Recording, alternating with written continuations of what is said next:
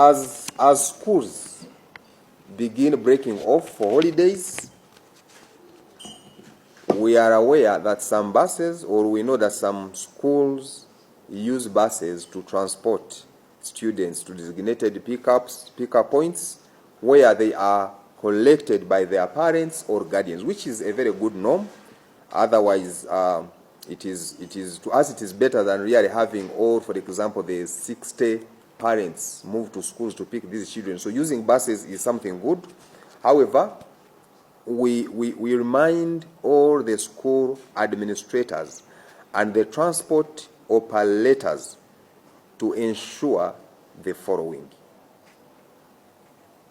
1, buses to be used in such circumstances must obtain the necessary permission from the Ministry of Works and Transport, where they will be operating outside their usual authorized routes. We all know that these buses, especially the PSV buses, have route charts they operate on. So if they are to violate that and go for these children or students, they must have that clearance from the Ministry of Works and Transport. They must also have valid inspection reports and comply with all the applicable inspection requirements. School transport journeys must be undertaken within the permitted travel period, and that is from 6 a.m. and 6 p.m. Beyond that, we will not allow any bus transporting students to move. We shall park them till the time that is recommended for them to move. Vehicles must have all the mandatory requirements that include valid PSV or PMO, driver badges for the case of drivers, valid driving licenses, and other applicable documents. Drivers must also comply with all the traffic laws and must not engage in things like speeding, dangerous overtaking, excess loading of pupils now, of students, then dangerous loading, those that get the luggage and put on top of these vehicles. This must not be done. Any other vehicle other than the buses, it could be the commuter taxis, used to transport students, must be made. Channel 4UG kwe mkutu kwetuli. Obubaka obwo bwafulumiziddwa omwogezi wa poliisi wagoyinza okuyita Sekamwa nga bagezaako okubeera nga basala entoto mu kuzza abaana ewaka ngeri ttaamu gyeweddeko. Kinajjukirwa nti mu ttaamu eno tufunye ebizibu bingi ku masomero ebiza nga bituukawo ku masomero agabadde nga galambula, ekyaviirako Ministry of Education okuwalirizibwa okukaka amasomero okuggalawo entambula zaago, wadde nga tebaggalawo school buses ezizza abaana waka ezitambuza ebintu by'essomero, wabula baggalawo abaali batambuza abaana okubatwala ku ngendo empanvu. So kati mu mbeera bweti kizze nga abaana balina okudda ewaka, naye kisangiddwa nga amasomero agasinga ennaku zino munnange omanyi ebintu bikyukakyuka nnyo. So kati in an attempt okuwangula emitima gy'abazadde, amasomero agasinga gateekawo yenkola nti bwe liba nga essomero lirina abaana bangi in a certain area, let's say essomero liri Kampala, wabula nga lirina abaana tugeze abaana nga 3 nga bava Masaka.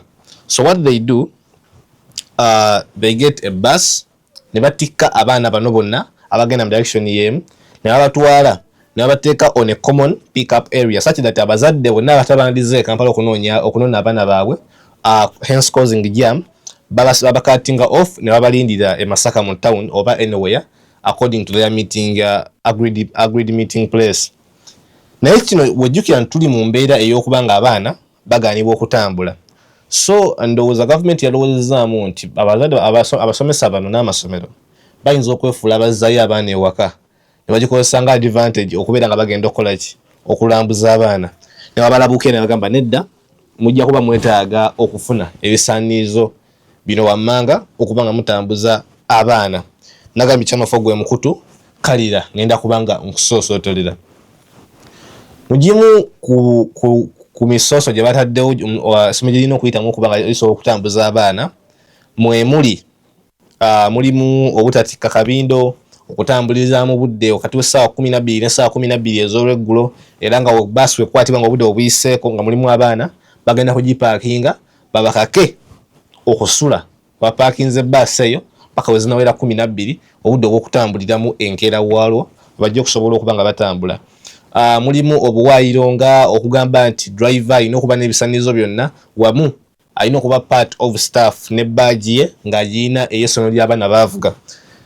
Mu birala ebirimu abaaganye amasomero okutikka akabindo nti mumaze oteekamu abaana abajja mu baasi ate nayo ne mugitikkako emigugu egisusse, nakyo baakiganye.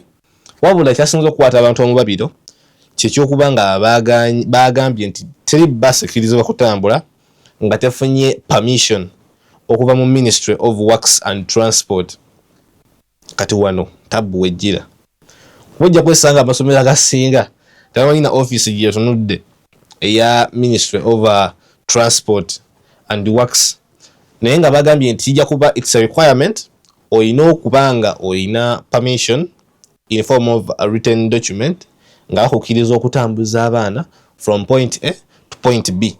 Era nga nsuubira nti abamasomero kino kiyinza obbaka simanyi naye nkunze ndaba nga kigenda obbakaluubirizaamu era bayinza n'okumaliriza nga abamu abaana babalese ne bagenda bugenzi byabwe.